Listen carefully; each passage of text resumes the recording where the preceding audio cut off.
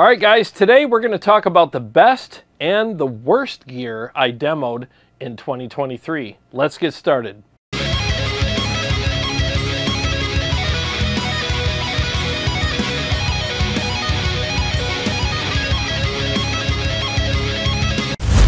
Thanks for joining me for today's video. I really appreciate you guys taking some time to hang out with me, and I hope you enjoyed this video. Before we get started, this video is sponsored by ToneWars.com, my website. So if you're looking for some great brutal guitar tones for Tonex, Quad Cortex, and the Kemper, go to my website and help yourself to anything that I have for any one of those units, and I guarantee you're going to be very satisfied with what you find. And if you want to support my channel, you can join my Patreon, linked below, or buy something for yourself from either Motor City Guitar or Sweetwater. There's also affiliate links below in the description as well. All right, so on with the video. So this is a list and some demonstrations of the best and worst gear that I've reviewed this year. I'm including a third category this year as well called Wait and See.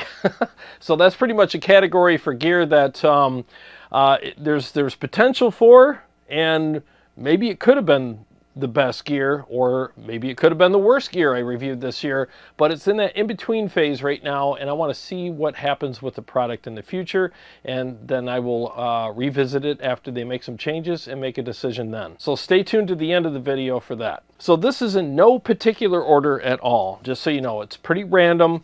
It's not like a 1 to 10 or anything like that. So let's start with the best gear now, and we'll start with the ENGL SE Founders Edition. So let's go ahead and hear a clip of that amplifier now.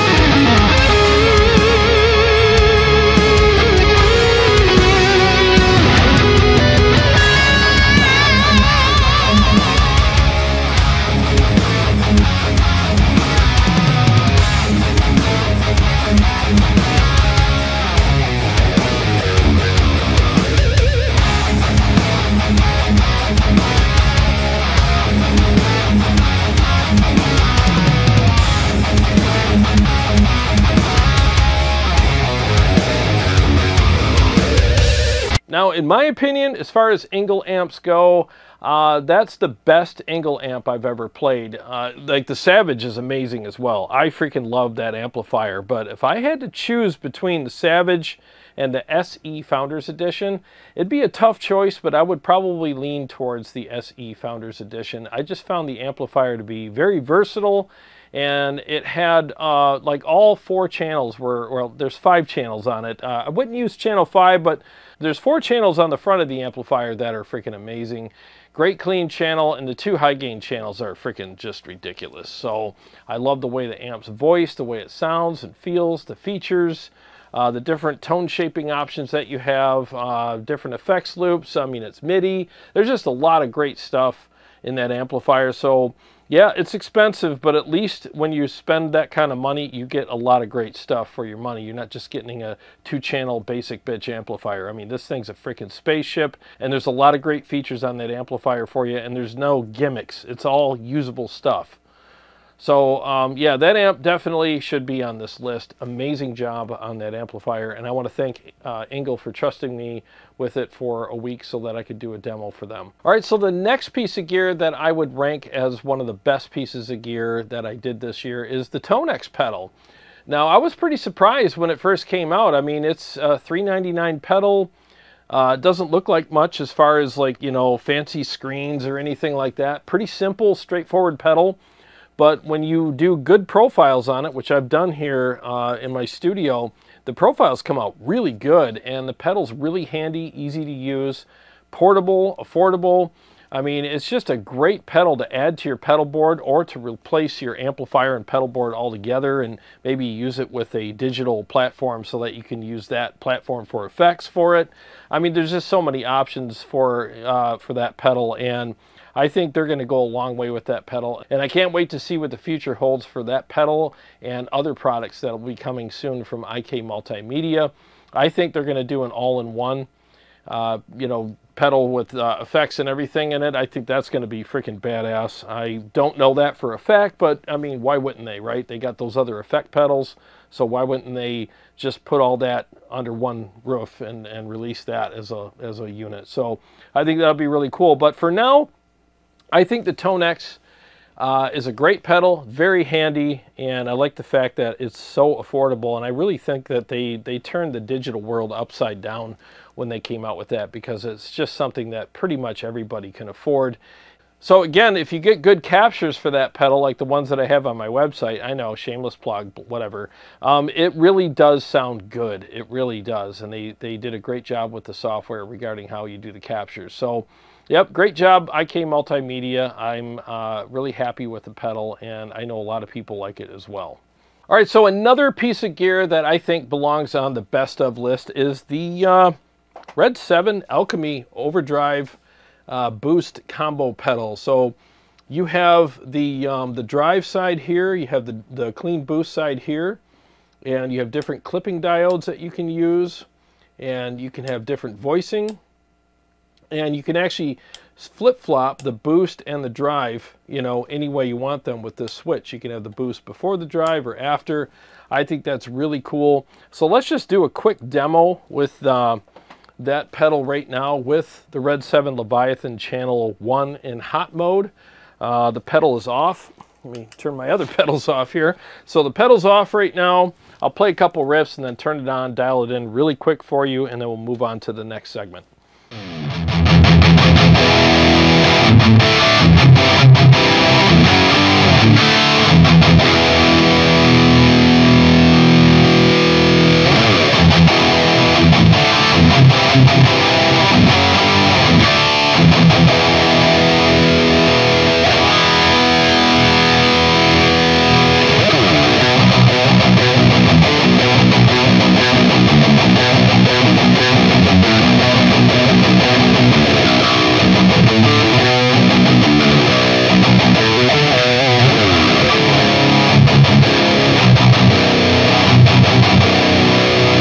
Dude, this pedal is really good, and I just have the drive side on right now, and so drive's all the way down, tone's all the way up. That's the magic in this pedal. You have to have the tone all the way up and then the level all the way up as well. Let's just mess around with it a little bit and see what we can come up with.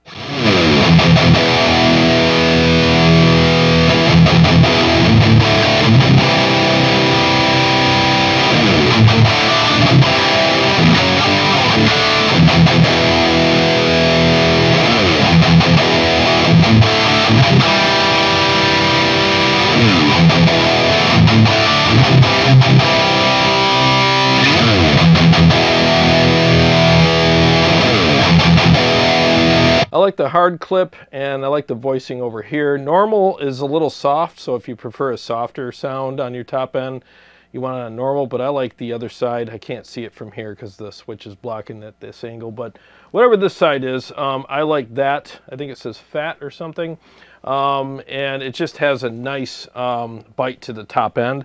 So let's mess around with the boost combined with the drive, the overdrive section, and just see if we could feather in some boost and get some different tones out of it.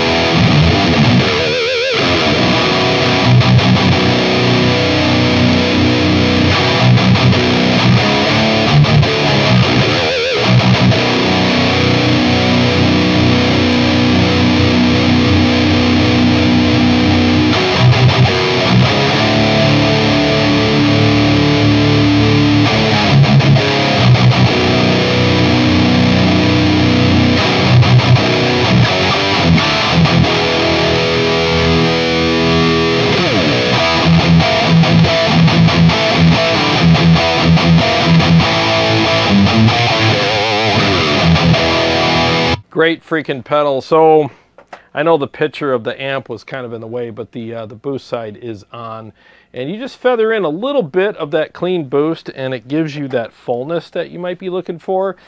And it's a really versatile pedal because of that. So, you know, if you're dealing with an amplifier that's really sculpted, and then you turn on the drive side and it kind of takes out too much low end on that particular amplifier, you can engage the boost and add some of that back in. It adds that fullness back in. So it's a very versatile pedal. I love this pedal. It's amazing. And I'm glad that Red 7 made that and sent it to me so I could do a demo for them. It definitely is a boutique, fancy pants, you know, hand-wired pedal by a bunch of very passionate Italians. They're very passionate about what they do, and they did a great job on this pedal. So definitely on my list. So if you're looking for a boutique pedal that's amazing and you know, very transparent if you want it to be, and versatile, the Alchemy is definitely the way to go. And it's built by a guy who builds amps, so he understands what amps need and how to build a pedal that interacts with an amplifier properly. He's not just a pedal maker, he's an amp maker too. So he has that perspective, you know. So I think that's another reason to buy this pedal.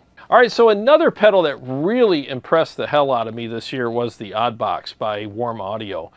Man, when Sweetwater sent me this pedal to do a demo with, I didn't know what to expect. I was like, well, I really hope I like this. It's my first demo that I'm doing for Sweetwater.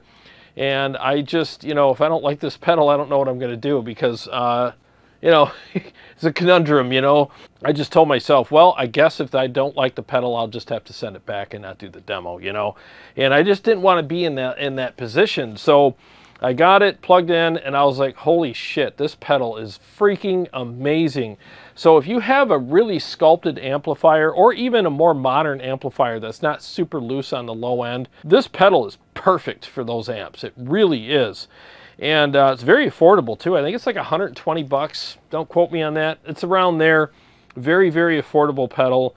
And it's basically a clone of the OCD, which a lot of people really liked. So right now I have it in the British mode, and tone all the way up, or no, volume all the way up, drive all the way down, tone in the middle. Let's check it out with a pretty sculpted, aggressive amplifier like the EVH Stealth. We'll put it in the red channel, which is really aggressive. And we'll start with the pedal off. And I'll engage the pedal after I play a few riffs for you.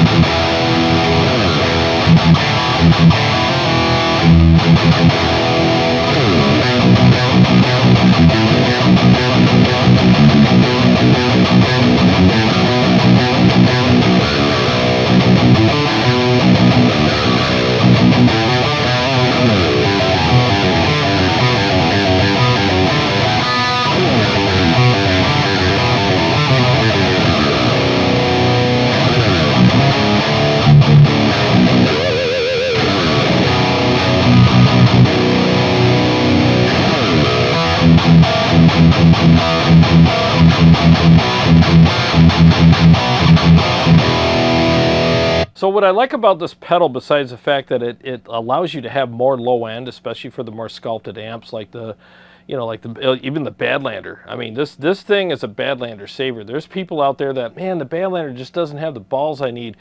Put the odd box in front of it and you'll keep that amp forever. It really does fix that amp big time.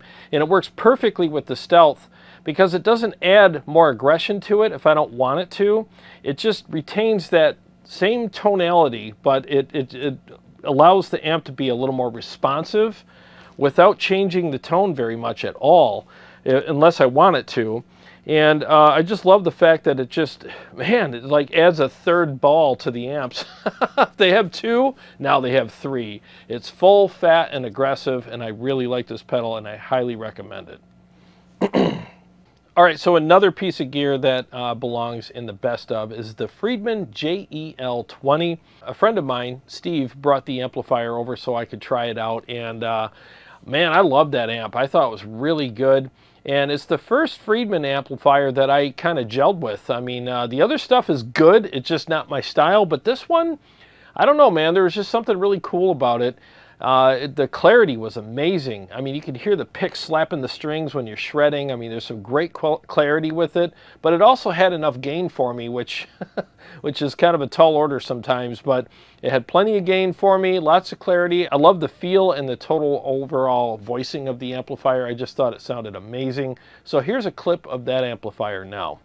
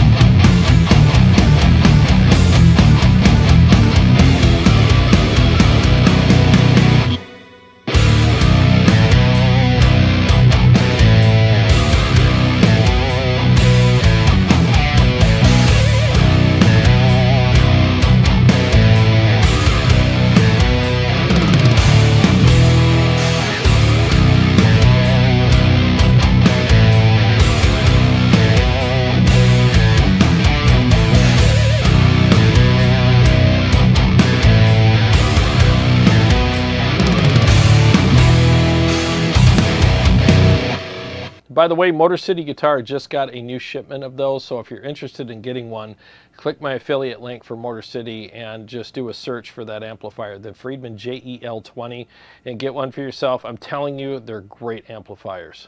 So the next piece of gear that belongs on the best of list is the Friedman IRX. Man, that pedal really blew me away. It was awesome.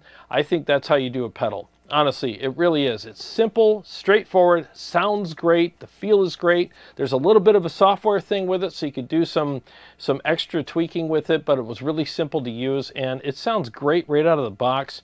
It takes a boost pedal really well and sounds fantastic. So here's a full mix that I did with that pedal.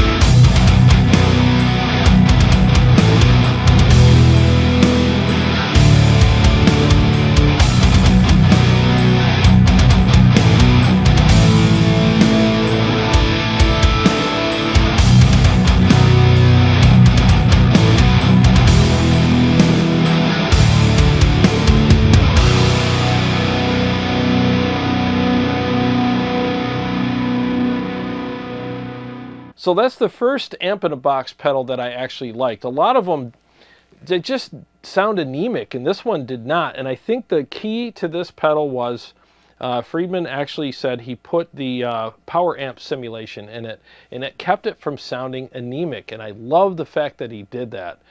So many other pedals, they just sound horribly anemic, and they always just sounded like I was playing like a cheap, like Walmart or Wish version of a modeler, and this one did not sound like that at all. It sounded really freaking good. So the next piece of gear that belongs on the best of list is the Mesa Mark 7. So when I first started seeing the clips of that amplifier when it first came out, if you guys remember, I did a response video to those that I was pretty disappointed with the clips I was seeing, because I just feel like people just didn't utilize the amplifier properly. Maybe it was just me, it's just my opinion, but no one was doing any metal demos. No one was doing any demos with, you know, the Mark II C+ channel or the Mark IV channel. And it was just kind of annoying. And then Ola finally came out with one. And then thank God for Motor City Guitar, they actually got a shipment in and they let me do a demo. And man, they nailed the Mark IV and the Mark II C+ stuff and the cleans. I mean, they're great. The rest of the channels, I don't play the styles that are associated with those channels, so that's kind of like flyover country for me. And I don't mean that in a disrespectful way. I'm a metal guy, so I'm going to play the high gain stuff and some cleans. And for what that amp had to offer in those categories, I was very pleased with everything. So if you haven't had a chance to check one of those out, you might want to do that, especially if you're one of those really versatile players and you play a lot of different genres of music. I mean, that amp is pretty much a MacGyver knife. It'll pretty much do it all. So the next piece of gear that belongs on the best of list is my Kiesel. I freaking love this guitar. It's beautiful. Let me get the glare off of it. It's beautiful. It plays like a freaking dream. Oh my God, this is the best playing guitar I've ever owned. It plays so well. I love my JPs. I think they're awesome. But I kind of prefer the fretboard radius on this one. It's a 20-inch radius, and it's flat, and it just plays like a dream. Liquidy smooth. I could play as fast as I want on this guitar, and I feel like I can do no wrong with it. The craftsmanship is second to none. It's amazing. It was worth every penny, and I just absolutely adore this freaking guitar. I do most of my writing on this now. When I'm upstairs in the living room, just writing some new solos and stuff right now. And this thing's so fun to play and so easy to play that I feel like I just get more progress with this guitar because it's so inspiring to play. And again, as much as I love my JPs, as far as playability goes, this thing is the easiest playing guitar I've ever had. The only thing I got to do with this is I got to get some new pots for it, not because the ones in it don't work. I want to darken it up a little bit. It's a little bright for my taste, so I'm hoping to get some different pots and maybe I can knock down some of that brightness a little bit. That's the only thing about this guitar that I would want to change. Other than that, it's perfect. And I think I'll have success with trying some other pots. So if you guys know of any other types of pots I can use in this guitar, please let me know. I just need to darken it just a hair. I might even try to get the pots that are in my JPs and put them in here to see if I can make that work. So again, freaking amazing guitar. They build amazing, beautiful guitars. If you haven't gotten one yet and you want to get like a bucket list guitar, Kiesel's definitely a company you should take a look at. So another piece of gear that belongs on my best of list is the Bad Cat Lynx. Bad Cat sent me that amp a while back to do a demo with, and it's unique. I mean, it's not like all the other run-of-the-mill metal amplifiers are. So if you're looking for something that's a little smoother, but still has a lot of gain. I mean, there's 7 gain stages in that amp, plenty of gain, but it's just a little smoother. And if you're looking for something like that, I would say the Bad Cat might be a really good choice for you. I mean, you have 2 channels, and channel 1 you could do 2 different modes. I think both channels you can do 2 different modes in. You can make one a clean and the other one a high gain or a crunch or whatever you want. You can make one channel a crunch and the other channel a lead, or however you want to arrange the channels and the tones you get out of the amplifier. You can do it very easily. I thought the cleans were great with that amplifier. crunch and lead tones were also amazing. And it's not, like I said, it's unique. It's not your run-of-the-mill metal amp. It's got their own spin on it, but it definitely does the job very well. And if there's an amplifier out there that I can compare it to, now this is a pretty loose comparison, but I would say the Mesa Triple Crown would be something that I would sort of compare it to because of that smoothness, but it has way more gain than the Triple Crown. And but it just kind of reminded me of that a little bit, but it still has its own thing going on. So here's a clip with that amplifier now.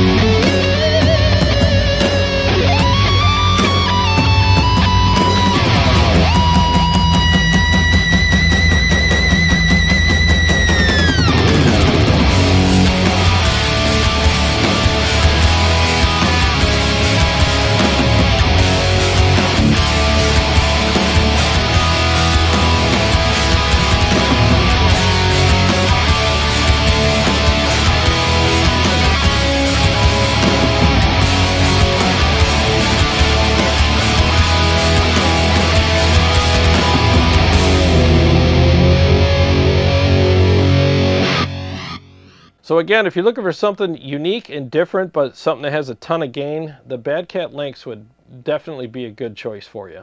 And last but certainly not least, the next piece of gear that belongs on my best of this year is the Centura by Chariotone, which is basically a Klon clone. And I just demoed that the other day, and Nick did a great job doing that pedal. I mean, it just sounded incredible. Pretty versatile pedal, and there's a lot you can do with it. You can just check my channel. You can watch the video on it. So if you're looking for another boutique pedal that's made after the, you know, it's a clone of a legendary pedal. I mean, the Klons, the original, you can't get them anymore. Obviously, they go for tons and tons of money, and you just can't get them. And Nick is known to just absolutely nail stuff when he clones it. And these pedals are very affordable, and he did a great job with the pedal. You can even customize it with different graphics, different colors, stuff like that. And he just nailed it, and I love that pedal. That's something I'll keep forever. It's an amazing pedal, and now I know what a Klon was like. I played a lot of Nick's amps, and we've even shot them out with their counterparts, and they're exactly the same.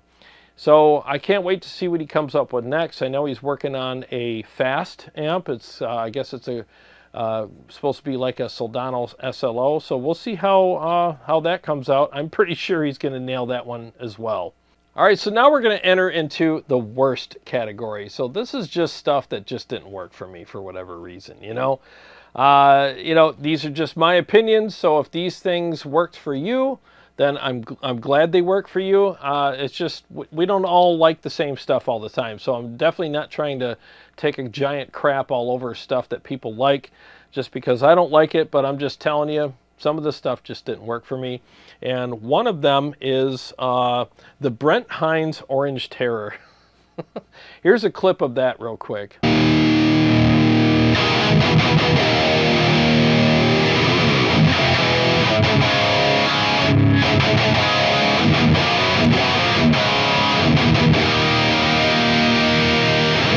For my taste anyways, that's as good as I can get it to sound. So that was just me dialing it in. That amplifier did not work for me at all. I mean, there were parts of the video where I was like, maybe, but then it just, after playing a few riffs on it, I'm like, nah, I don't even think he uses it anymore. I mean, that thing just sounds really bad.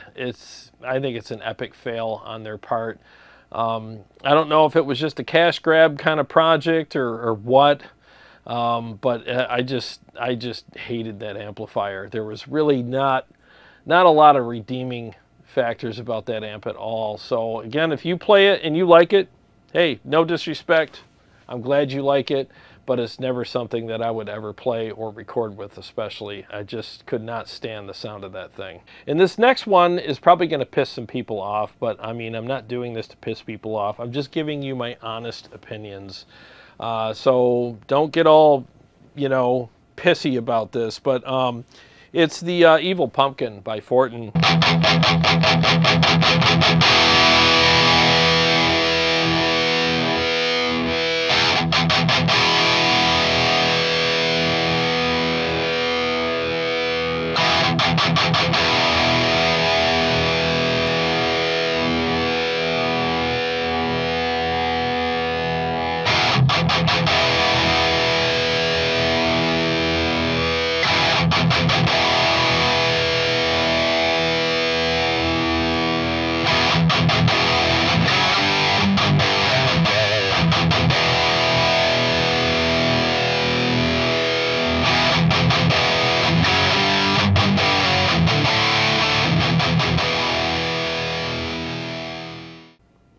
That amp has been hyped and hyped and hyped for years.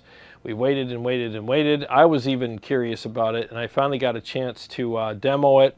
Grateful for the opportunity, but the clean channel was good. The rest of it, there was just nothing special about it. And and again, if you own it and you love it, no disrespect at all. I'm glad you like it. I hope that you keep it and enjoy that amplifier. It just didn't work for me. Channel 2 was just kind of generic to me. There wasn't anything special about it. Certainly nothing that would warrant $4,000 out of my bank account anyways. And Channel 3 was just weird. It was like a bad science experiment gone wrong. Didn't work for me at all. Not my thing. And what I've found with FORTIN stuff is that I just think it's for drop Z tuning guys that like weird sounding amplifiers. That's just my opinion, but everything that I've played with FORTIN just had this weird sound to it, and maybe my guitars just aren't tuned low enough to make it work. I don't know, but none of his stuff has ever really worked for me, and that's no disrespect to Mike FORTIN. It's just not my thing, I just think he's a brilliant marketing guy. I mean, make a limited amount of something, charge up the ass for it, and tell people that it's made from parts that you sourced out of Tutankhamun's freaking pyramid or something. And and then you can charge up the ass for it and everybody freaking thinks it's the best thing in the world. I don't know, but it just seems a little strange to me. That's just my opinion, but I would never spend $4 grand on an amp like that. But if you did and you like it, then God bless you, But we all like different stuff, but that amp just didn't work for me. And that demo, I caught a little heat from that demo. Some people were like, oh, you had the gain here and you didn't do this right, whatever. That was probably one of the worst demo experiences I've ever had in my life. I'm not going to go into all the details, but that was not a fun evening at all. And I was under a lot of stress that night. And it just, the whole experience was terrible. So I did the best I could under the circumstances that I was in. And again, I'm not going to go into all the stuff that went on behind the scenes, but I'm just telling you guys right now that I never want to ever go through something like that again. That was a horrible experience for me. And so just keep that in mind when you watch the video. Like, I was under a lot of stress during that time, and it was my first time ever playing that amplifier. And you know, there's just a lot of stuff you got to figure out. And with all the stuff I had going on in my head while I was trying to keep on track to do this demo, I mean, it was just a horrible experience for me. So, you know, some of you guys that are throwing rocks, give me a break. Sometimes you guys have no idea what's going on behind the scenes. So all I can tell you is I demoed that amp the same way I demo every other amp on this channel. And I just didn't like the amp, you know. So under the same circumstances, that amp didn't fare well against anything else that I've had down here. And it is what it is. All right, and the third and final thing in the category of worst gear I demoed this year is the Victory V4, the Kraken. Here's a clip of that. Okay, I got my JP guitar. Let's see what we have now.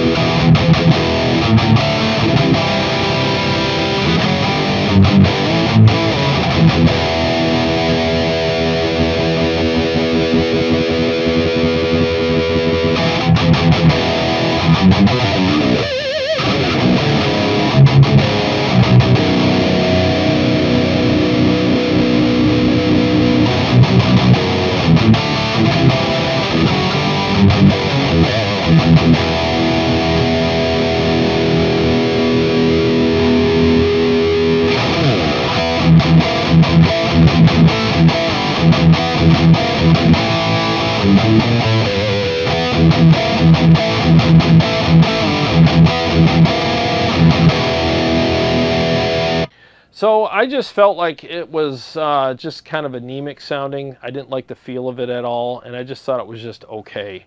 And compared to, you know, the actual amplifier, it just paled in comparison. It just didn't sound or feel anywhere near the real amplifier. And I know it's not the real amplifier, so we got to expect it to not be super close, but I just think the power section in that thing was just awful. It was super thin and anemic, and it had this weird top end to it, and I just didn't like it. So if you like it, good for you. It just didn't work for me. All right, now for the wait and see category. So the first piece of gear that belongs in that category is the Fender Tonemaster Pro. I was very impressed with a lot of the things that that unit had to offer. So here's a quick clip of me demoing that unit right now.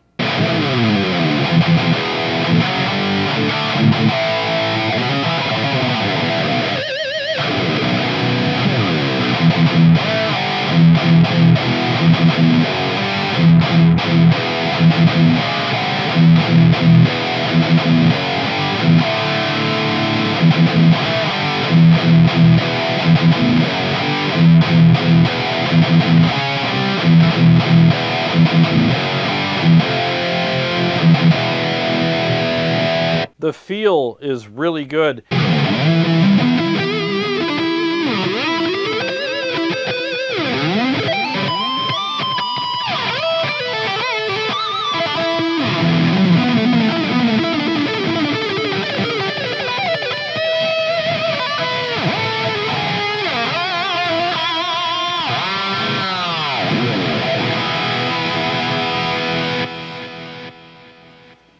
I thought I got some really good tones out of it. The workflow was great. The interface was great. The graphics were great. I just loved the fit and finish look and feel of the pedal.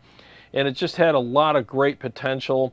And I had a lot of fun dialing it in. And in that video was my initial dial in. First time ever touching it and doing anything with it.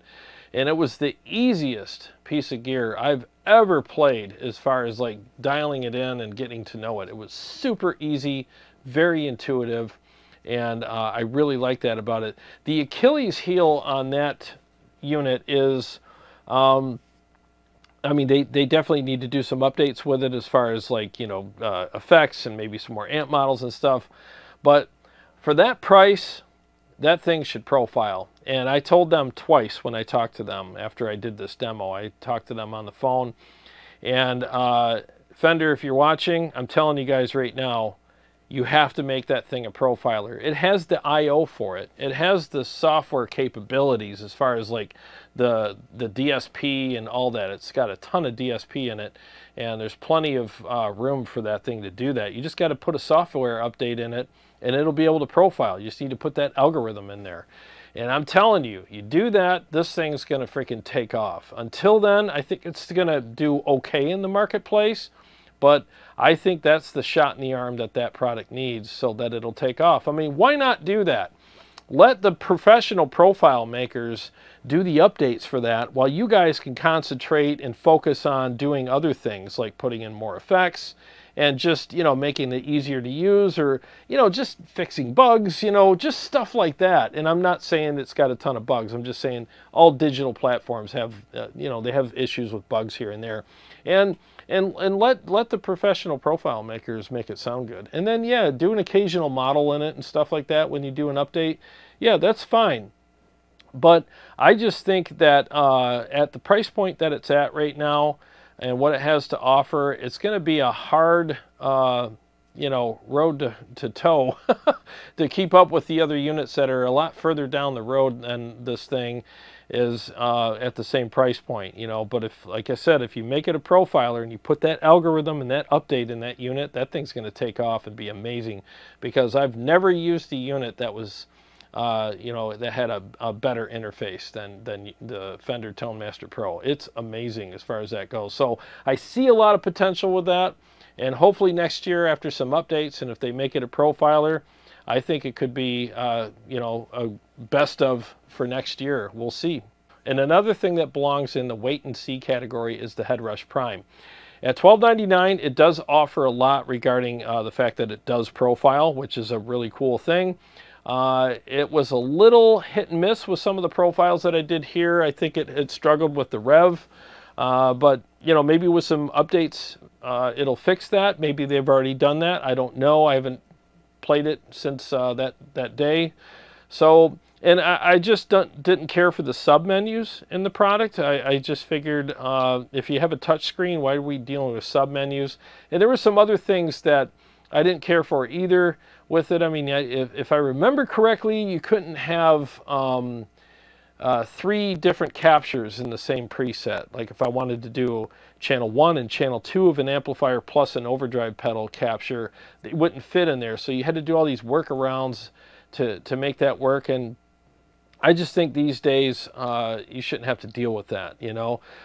Maybe with some updates they can route the DSP better and make it more efficient so that you can do that. But we'll see. That's another product that's got some decent potential, but we'll see how they update it down the road and see what those updates are and how they fix things and make it better. So I'm going to keep my eye on that product as well. All right, guys, well, that about does it for this video. I hope you guys enjoyed it. And, you know, feel free to comment below with the best piece of gear that you think came out this year. And if I left anything out, feel free to let me know in the comments section as well. I always enjoy reading your guys' comments. And I want to thank all my Patreon supporters and subscribers. Thank you guys so much. I really appreciate you guys. Couldn't do this channel without you. And if you're new to the channel and you like what I do here, feel free to subscribe and click the bell so that you can be notified every time I either go live or come out with another episode. Well, I got a lot more stuff coming up for you guys, and I'll see you on the next one.